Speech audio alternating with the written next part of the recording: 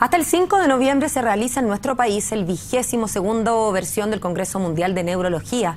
Esta iniciativa congrega a más de 3.500 destacados especialistas en enfermedades como el Alzheimer, la esclerosis múltiples y las cefaleas. Queremos conversar en mayor profundidad de este tema y para eso nos acompaña el doctor Vladimir Hachinsky. Doctor, buenas tardes. Buenas tardes. ¿Cómo le va? Muy bien. Doctor, hablamos de enfermedades neurológicas y son como el terror, ¿no? Como muchas de ellas tienen que ver con el mero paso del tiempo y yo me imagino que esas no son tan fáciles de prevenir. Después de todo, el calendario pasa y uno tiene poco que hacer. Bueno, por cierto que las dos grandes amenazas contra el cerebro están representados por los ataques cerebrales y por la demencia. Nosotros podemos, en principio, prevenir el 2/3 de los ataques cerebrales. Y ahora tenemos evidencia reciente de que también podemos prevenir ciertos tipos de demencia. Y para explicar, un ataque cerebral es cuando se cierra un vaso cerebral o un derrame se produce en una parte del cerebro y esa parte deja de funcionar. O sea, ¿se obstruye o se derrama? O se derrama. Un stroke. Un stroke en inglés, ictus en España, aquí hablan de ataques, cerebrales. Entonces, resulta de que uno puede prevenir hasta el 2/3 de esto.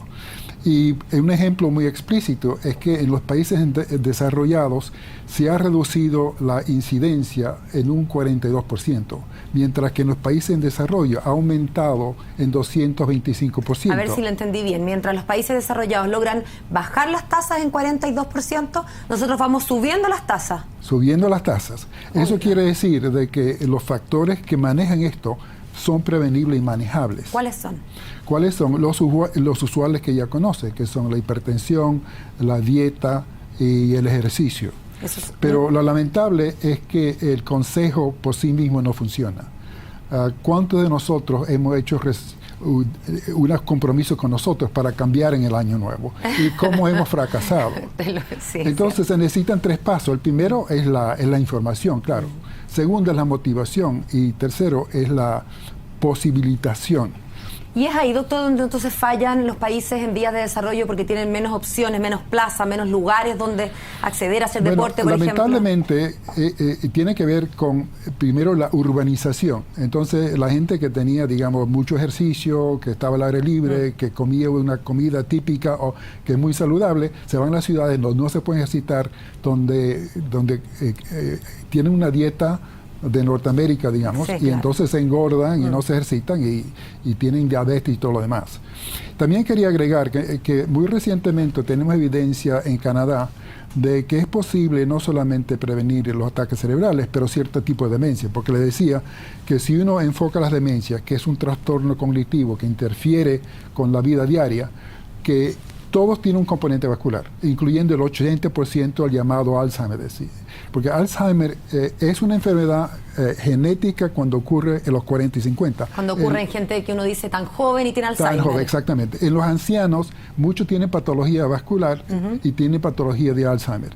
Y la patología vascular muchas veces resulta en que se acelere o se precipite la patología. ¿Y esos ataques vasculares que explicarían este Alzheimer son ataques que pasaron como subclínicos, que la gente no se dio cuenta? Precisamente, porque por cada ataque cerebral que conocemos que afecta el cuerpo, hay 5 que afectan la mente. Sin que uno se dé cuenta. Sin que uno se dé cuenta. ¿Y eso, doctor, ocurre en general, estos ataques escondidos, digamos, ocurren en general en gente mayor o a mí me podría estar pasando ahora? Bueno, generalmente, en gente que tiene factores de riesgo, generalmente son gente de edad más avanzada, pero pueden ocurrir más temprano. Si uno tiene hipertensión a una edad temprana, pues tiene ese riesgo. Pero lo importante es que en Ontario, que es una provincia de Canadá, nosotros hemos tenido una estrategia contra los ataques cerebrales que ha resultado en mejores resultados, digamos, en cuanto a mortalidad, en cuanto a la capacidad de regresar al trabajo. ¿Esta estrategia en Ontario es preventiva o es una vez que se manifiesta? Es de todo, es de prevención y tratamiento. Entonces nos preguntamos si esto ha influido en la incidencia de los ataques cerebrales en Ontario. Y la respuesta es sí. En los últimos 12 años, cada año es menos y menos y menos. Y en los últimos 6 años también se ha disminuido la incidencia de demencia. Esto es por primera vez al nivel poblacional. Y hay una proclamación que se publicó el lunes que está patrocinada por la Organización Mundial de Ataques Cerebrales, pero que está endorsada por la Federación Mundial de Neurología, que tiene su congreso aquí, por la Federación Mundial del Corazón, por Alzheimer Disease International, por una multiplicidad de organismos. Entonces, es una llamada a la acción para que nos aunamos, la gente que estamos interesados en los ataques cerebrales y la demencia, para decir que los factores de riesgo son los mismos.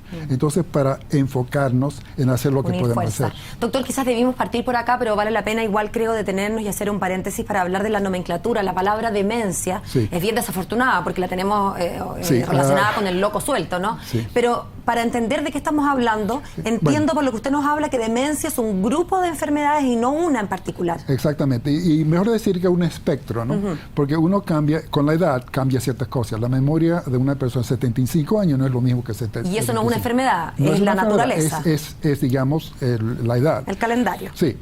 Entonces, es mejor hablar del espectro de trastornos cognitivos, porque no son los mismos. Hay los de memoria, estamos muy conscientes de la memoria, pero no estamos muy conscientes de los problemas ejecutivos. Y luego, es mejor enfocar de manera global, porque hay que concentrarse en los factores que podemos cambiar ahora mismos. Y hay muchos. Y esos son comunes, tanto para el Alzheimer como para la llamada demencia senil, y por lo tanto hay que focalizarse en la prevención. Lo que podemos hacer. Y eso, pues, como le decía anteriormente, esta es la mayoría de los problemas. Claro, no disminuir la importancia de otras condiciones, pero esto lo podemos hacer ahora mismo. Entonces hay dos caminos. Hay un camino largo de la ciencia de entender estas enfermedades. La otra es más corto, lo que podemos hacer hoy en día. Y que probablemente no hay para qué elegir uno u otro. Habrá maneras, hay que hacer ambas, pero para efectos de nosotros, los meros ciudadanos de a pie que no estamos investigando el cerebro, lo que nos interesa a nosotros, digamos, es la prevención. Pero hago hincapié de que predicar no funciona. Que al nivel individual hay que decidir hacerlo, pero funcionará mucho mejor si uno tiene un compañero o compañera para hacerlo. Y además, somos miembros individuales, somos miembros de comunidades y también somos miembros de países interesados. Y aquí los países también pueden jugar un papel importante en cambiar las cosas. Por ejemplo, el tabaquismo, por ejemplo, en Uruguay ha tenido una influencia tremenda. En casi todo el mundo, hasta en China, donde se fuma mucho, ha tenido una influencia. Entonces también se puede hacer política que pueda promocionar, digamos, las dietas sanas, crear parques donde la gente se puede ejercitar y también hacer hincapié en el hecho de que todos somos responsables, que no solamente nuestra salud es muy importante porque esto está relacionado a la productividad y que estamos compartiendo un mundo. Y el medio ambiente es muy importante. Por ejemplo, la atmósfera, a veces no digo, bueno, yo soy médico, ¿qué me importa lo que pasa en China? Resulta que la atmósfera de Beijing le importa a Santiago, porque todos compartimos la misma biosfera. Claro. Y esas partículas producen no solamente problemas pulmonares, problemas del corazón, pero afectan el cerebro. Entonces, en el mundo del futuro vamos a necesitar más cerebros. Y nos incumbe de hacer todo lo posible como individuos, como miembros de nuestras comunidades y como ciudadanos del mundo, de asegurar mejores cerebros para un mundo mejor. Y no solamente mejores cerebros, doctor, quizás también es cierto que estos mismos cerebros que vamos a necesitar y mejores cerebros son además contradictoriamente cerebros más añosos porque estamos viviendo más tiempo. Ya no nos morimos a los 40 de enfermedades infecciosas y por lo tanto este cerebro que antes nos tenía que servir por 4 décadas, ahora nos tiene que servir por 7, 8, 9. Sí, menos mal, porque también es una maravilla. Puede disfrutar, por supuesto, es una maravilla, pero también nos obliga a tener un cerebro mejor cuidado. Claro, de acuerdo. ¿Cuáles serían, doctor, las 2 o 3 recomendaciones básicas que usted le daría, ya no digo a nivel de política pública, porque eso me queda claro, sino que al individuo, de uno a uno? ¿Qué le diría? Si uno quiere ir rápido, hay que ir se puede ir solo. Si uno quiere ir lejos, hay que andar acompañados. O sea, embarcarse en esto con el vecino, con la pareja, con el hermano, la comunidad, con el hijo, con el nieto. Con quien sea. Y especialmente entre las generaciones de los abuelos y los nietos. Es una relación muy especial. Los abuelos muchas veces están jubilados, tienen el tiempo, no saben qué hacer. Bueno, que se dediquen con los nietos. Los nietos van a decir, mira, abuelo, no fumes, todo lo demás. y claro, ellos tienen que ser buen ejemplo. Es una buena y entonces, simbiosis. Sí, y entonces los padres no tienen remedio, le dan... que sumarse. Si no puedes contra ellos, únete, les van a tener que decir. Doctor Hachinsky, muchísimas gracias por acompañarnos en CNN Chile. Un placer.